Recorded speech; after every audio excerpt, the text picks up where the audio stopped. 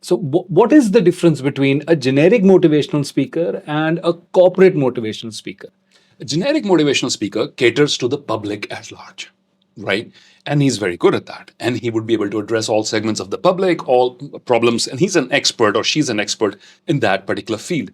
Corporate motivational speaker needs a deeper understanding of organizational development, organizational dynamics, team dynamics, individual behavior, right? How people feel incentivized, how people feel more engaged at what they do. What is this corporation trying to do? What is their vision? What is their story? How far they've come? What are the challenges today? And if I have to address those challenges, I have to give credible, I would not say hardcore business advice, but credible organizational development advice. Let's say it's two departments who are not getting along with each other. Okay, both departments think they are the company, but they don't understand the customer is the company. The reason that the company exists is to serve the customer. But they have now taken onto themselves to feel the center of the universe, right? And they're rowing in the opposite direction. And I've seen it firsthand. Coming from the hospitality industry, the kitchen and the service would always be at war. The chefs would think they're running the show. Yeah. The restaurant manager would think he's running the show, while we're all there to serve the customer. If the customer doesn't show up, Yeah. we're all out of jobs, Yeah. right? It takes somebody to come in and say, hey guys, you're working hard and you're working hard. You're playing an important role and you're playing an important role, but we're in this together and we're in this together for this particular thing. It takes someone who understands organizational development, leadership development in the context of corporate. Now, leadership in the social area is quite different from leadership in the corporate arena. And you need somebody who's been there, done that, who has led teams, who has built teams, who has overcome these challenges to some extent, who has a deeper understanding, not just a theoretical understanding, but also, yes, we need the theory too. We need the theory also so people can remember. Yeah. Otherwise, you can't transfer abstract information.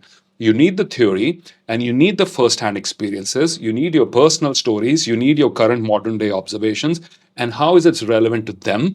And for somebody who does that, qualifies to operate in the corporate motivational speaking arena. Yeah. Because this is a niche. We could very well be catering to the public at large today. But for the last 18 years, we have devoted to serving the corporations of this country and Southeast Asia and Middle East and North America and others. And what has given, Kunal, having worked from pharma to energy, from coal mines in Sambalpur to the Adult Learning Institute in Singapore, from the hydropower institutes in Shimla to the pharma companies in Ahmedabad. I've traveled the length and breadth of this country, 18 years, day in, day out, right? And I think last count, we had done maybe over 700, 800 keynotes in the 18 years. I don't know how many that averages out. Phenomenal. And what it does is, all wrapped together, I think you get to a level where you also start developing an intuitive understanding because not that the issues are similar, but they fall into a bucket of, we were once great and now we are left behind. Yeah. Can you help us? We are number one, but our people have started becoming complacent. Can you help us? Oh, there's a huge change that came in. People are not accepting it. Can we address that? Oh, we want to promote collaboration as our number one value. Can you do it? So you get an intuitive sense, and I think that's what helps you to move forward at rapid speed. So having the understanding of how an organization works, how a corporate works, what could be the challenges that an organization faces, that is more sort of your forte as a corporate a motivational speaker. Whereas, let's say a generic motivational speaker, whosoever that may be, would probably work on an individual's personal journey and to try and help them basically achieve their own personal goals. Here's another angle to this. The individual is very much still a part of this. Corporations exist because individuals exist. Right. But individuals have to do much more than just existing in order for a company to be successful, right? So definitely the individual angle is there. We cannot talk about organizational development without individual development. But the focus and the marriage of these two things has to be in a way that the outcome helps both the individual and the company grow. So to make the individual feel better about himself or herself, at the same time, helping them align with the goals of the company. Well said. Absolutely.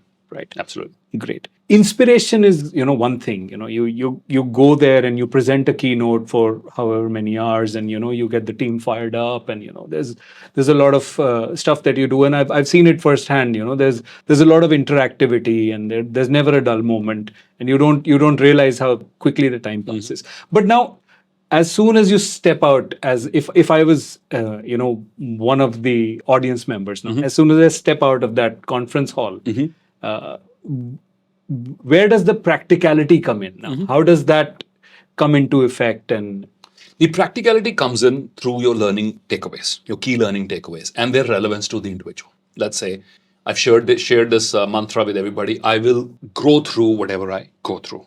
I will grow through whatever I go through. Let's say a bunch of your employees, the new joinees, right, are going through a rough patch. They had high expectations of what life would be like, and life didn't meet their expectations. They're all grumpy, and they're uncertain. But if there is some storytelling that can tell them that, hey guys, it takes time. Rome wasn't built in a day. Keep walking. Good things are ahead of you, right? This is the organic path to growth, etc., etc. And that is setting the context. But if there are one or two, three concrete takeaways, right, that linger on, so you have to understand how learning happens. As a good motivational speaker, should understand how people retain information, how people share information, because what gets shared gets remembered. If people are talking about it after the conference is over, if it sticks, if it's memorable, if it's witty, if it's funny, it sticks. so you have to sort of put in those bullet points every now and then. Yeah, I don't know. Use bullet points as such on my PPT, on my keynote, on my slides, but I do get the point in terms of the micro lesson. Let's think about, we're living in the era of reels, right? Yeah. If I watch a 60-second reel, do I remember one thing from that? If I've heard a speaker for 1 hour, are there three things that I remember that made sense that I can apply? So as I leave the conference room, and all of us can apply together, not just me, right? The whole company can apply. Let's say another one of my mantras is, which is, you can count on me. I get people to say it to each other. You know what? You can count on me. I want them to look into each other's eyes and say this to each other. You can count on me. And if they've said this 2 or 3 or 4 times, and if this becomes sort of a point of conversation later on, it's somehow going to stick. Yeah. Right? And might be a recall point. And this is where the internal leaders come in. After the speakers left, if you're able to take some of their witty insights and continue the learning thing, continue using them, make them part of your own meetings and make that part of your own company lingo, it stays, it's used more, and that's how teams learn. So is there some sort of a feedback mechanism that you've created for yourself to get feedback from, let's say, the companies, the audiences, to what has stuck? It's very hard to get a credible as such rating or something like that, especially in a moment of euphoria, because keynotes end on a high, and there's euphoria, there's there's this, wow, we can do anything, and it's going to be very, very positive at that point of time. It's after it's settled. So there's not, it's, I don't do workshops, I do keynotes more. There's no strong mechanism here to get, except from a rating from the conference organizers and feedback from them. That is part of the game. But I think I'm answerable to myself in the sense that, to understand, were we able to meet the goals that we had set for this keynote, right? If not, what was missing? And how can we do better next time? And what credible information was shared with this audience? How are they better off now than when we started? So if these boxes are ticked, I think we're on track. And is there also sort of like, let's say, a handout or a template or something that, like, a list of key takeaways for that particular thing that can stay with the organization? Yeah, there's a discussion. Typically, there's a discussion that happens within the room about the key takeaways, and then there's a QR code that we share with them that will probably have more learning material they can use to continue their. So that's part of the value addition that you are being able to provide to your. It's important to clarify. For everybody who's watching, aspiring speakers or conference organizers or speaker bureaus, to not look at it as a keynote as a very hardcore learning exercise, okay? To understand that it'll take time for this outsider to build rapport with your audience. It'll take 10 or 15 minutes for him to build a connect, for her to build a connect. Right. And you can't expect that your entire learning and development agenda of the entire year will be met in 1 hour. That's too too big an expectation. And sometimes this is a mistake that organizers do. Can you talk about this also? And can you talk about that also? And can you talk about this also? And that's like I'm cooking. Let's say You're not setting up a buffet. You're basically it's a well said. You read my mind. Yeah. So a buffet is going to leave the stomach confused. Yeah. Right. What did I eat? I'm full. What did I eat? Did I eat Chinese or Indian? Or no, I don't even know. I'm full. And that's what happens when you talk about everything. The audience feels full, but they don't know what they ate. yeah.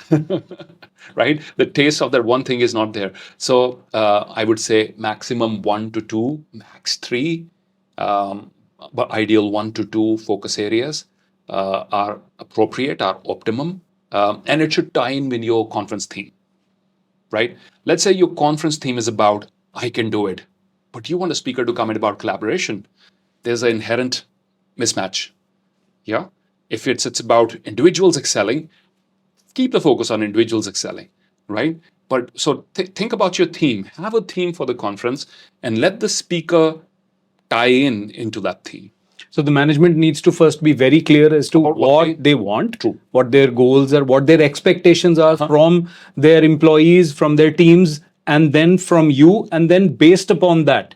So I mean, there's a lot to unpack here, because then you're not only you need to prepare for that particular organization, Yep. then you also need to prepare for the kind of goals and the things that they want to achieve, and also keep in mind the theme of the conference, and the temperaments of the kind of audiences you might be dealing with. Right. And I'm sure the temperaments are vastly different from somebody, a corporation in Dubai.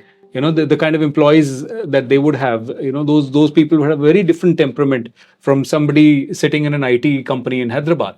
See, Dubai is a lovely place in the sense that it is very multicultural, and it attracts talent from across the world. So, you have a variety of people sitting in front of you with a variety of different. It's a very heterogeneous audience. An IT company in Bangalore would be a more homogeneous audience per se. So, no, I think if your speaker has 1 to 1.5 hour. You take away the time for his summary and his activities. You take away the time for his rapport building. You have net about 35-40 minutes to deliver a core learning takeaway. And you want it to be sharp and crisp and precise and hard hitting, and to not hit in too many directions. So I think you also need to do a lot of homework. Just because you had a slot available and you're inviting a speaker, you could do more damage than good to your agenda. Be clear about what the theme is. What value will this person add? Find the right person, right? I mean, I'm great. I'm very good at what I do, but I might not be the best fit for every single event, right? You have to figure out, or another trending name for whoever that happens to be, a sports person, a celebrity. I've had organizers come up to me and say, you know what? We had this Bollywood celebrity last year, and everybody took pictures with her or him. But Simerjeet, your session was able to add more value this year than it was last year. I mean, I said, well, we both do our thing. And you might want the Bollywood celebrity one year. Might want somebody like me coming in next year. We all bring our own aura, our own value addition, our own worldviews to that. But do your research. You don't have to necessarily follow trends. Give newcomers a chance, and I say this for the entire industry of motivational speakers in India. Give newcomers a chance. Somebody gave me a chance someday, and here I am today. Give somebody new a chance. Work with them, and try not to stifle the creativity. Give them a broad overview, and then take a step back. I hate it when people say, "Can you give us a step-by-step outline of what you're going to talk about?" I said, even I don't know a step-by-step outline of what I'm going to talk about.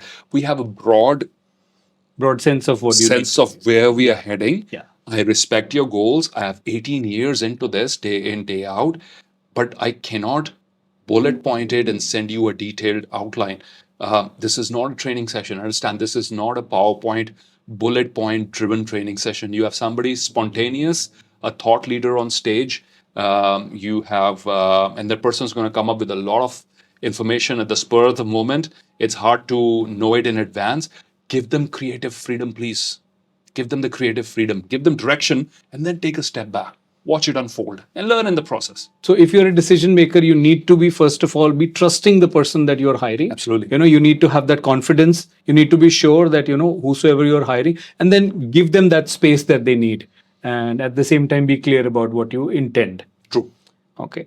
So when it comes to the money part of things, now international speakers like yourself are sometimes charging up to $10,000 for a session. Some decision makers, some people sitting out there might not be able to justify that. What would you say to that? Oh, well, if the person who's charging you $15,000 for a 1 hour keynote, if if they're able to make a 1% or 0.1% difference to your organizational culture, to the engagement of your team, to the value addition, to the knowledge of your team, I think that's in the larger scheme of things that is well justified. That's one. Number two, consider the number of people in the audience. Divide that fee by the number of people. If every single one of them were to take an executive education program somewhere, how much would that cost? A single person's enrollment alone at a top executive education program will be $10,000 for one person only. Very and true. here you are in $15,000 catering to so many in one go. And then think, the person is not charging you for the 1 hour, Kunal. They're charging you for the number of years they've put in the craft, right? I'm not charging you for the 1 hour. I'm charging you for the 18 years that I've spent in the craft, day in, day out, refining it, honing it, breathing it, living it, and then bringing it to you in a way that it moves you and your people towards greatness and excellence. And therefore, there's a story, that business story that goes around of this machine that wasn't working, and they tried so many things.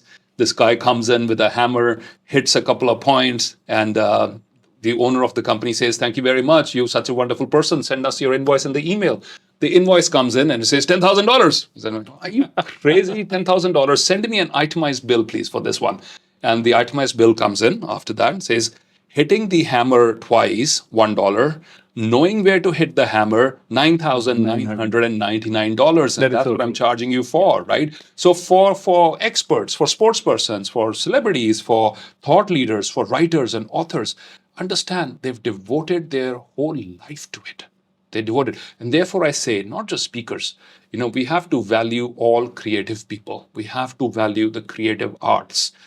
Because they add value to society in general. They make it richer, they're more diverse. All this DEI business, that diversity, equity, and inclusion, we have to understand this aspect also. There's people who come with different skills and they devoted their life to that. I think they should be, and they're sharing it with you. So I think it's a fair ask. So the value that you bring is not as tangible as something that you can put on your Excel sheet, but there is more to the iceberg that you see above the sea. There's a lot more of the iceberg, but 80% of it is under, which is all that experience that you've gained, putting it to context, making it relevant for your team. I think that's where the value shines. Got it. Okay, so. Now, if I were to hire somebody like you, what is the kind of information that you would be looking for from me if I were an organization? What is the kind of information that I can feed you to make the entire process and this whole keynote experience Tell me much your more vision. relevant? I need to know your vision. I need to know your problems, your challenges with your people. I need to know your competitors. I need to know what your current organizational culture looks like. I need to know what your dream organizational culture looks like. I need to know what your people have already accomplished so we can give them a pat them on the back for that. I need to know where you're trying to go. I need to know how you got here. I need to know your story, how you got here. I need to know what resources do you have at your disposal. I need to know how long you've been in the journey. I need to know what your values are, what your organizational values are, right? Because I want to tie them in to what I speak about. If innovation is a top value that you really live and breathe and dream about it every single day, I want it to be covered in that, because that way your people can connect. It's more credible. So the more I know about the journey, about the vision, about what you're trying to do here, I need to know what one or two messages this audience should walk away with. I need to know, is there a problem we're solving here with this audience, or are we just doing general value addition? I need to know what the stakes are. I need to know who all are going to be there. I need to know all of these things as much as possible. And then there's a process of zooming in and zooming out for me, Kunal. There's a zoom in process where we go to the micro details, right? And then zoom out, because the zoom out is also important, right? You can't be too narrowly focused on those specific things, because at the end of the day, as I said, you have 30 to 40 minutes to hit the nail on the head. And then, so you got to zoom out also. And that's when the creativity flows. So there's a broad direction, as well as there's spontaneity, as well as there's precision.